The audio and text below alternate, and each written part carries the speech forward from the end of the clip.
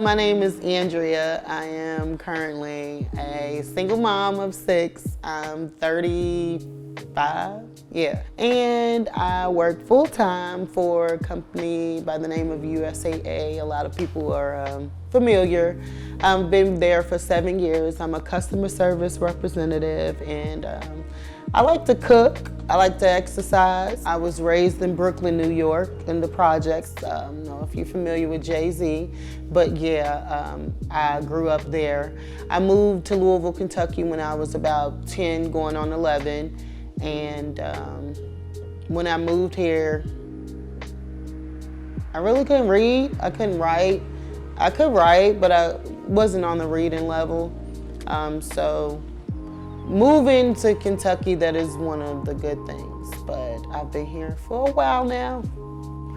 The difference between like the countryside of Kentucky versus Louisville, the city side, just the different nationalities in Louisville versus you won't find that in Eastern Kentucky, or you won't find that in Elizabethtown. It's just the difference it's the diversity, it's the difference.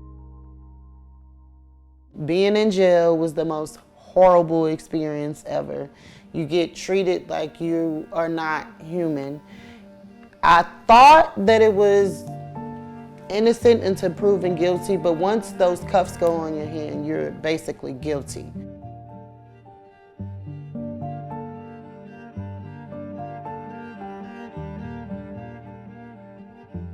My children was my biggest concern while I was in jail.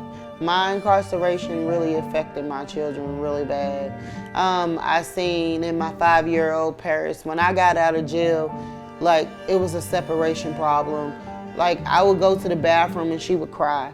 And she would be like, well, you gonna leave me again? And I'd be like, no, I'm not going anywhere, I'm here. And my son, he has ADHD, my son Dante. He has ADHD already, so he goes through the emotional ups and downs. The whole 12 days I was locked up, he cried. He didn't want to go to school, he was depressed. He just felt out of place because his provider wasn't there. The person that he knows is gonna make sure he's good wasn't there.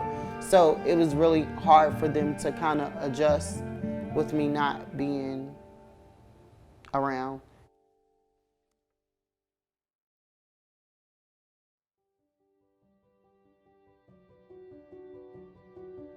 The first thing I did when I was released from jail was hug my daughter, Paris. If the Bail Project wouldn't have posted my bail, honestly, I would have never made it to my son's graduation.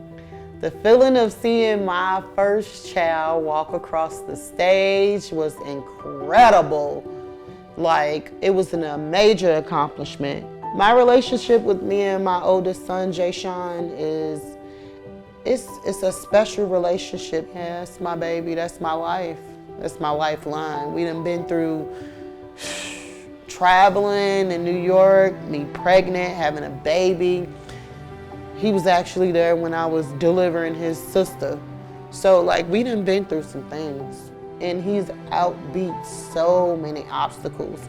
And it's just like, it's a beautiful thing to have a child who's never gotten in trouble as a teenager, who's always passed through school, graduated at the age of 17, has a full ride scholarship. In my eyes, my son is perfect.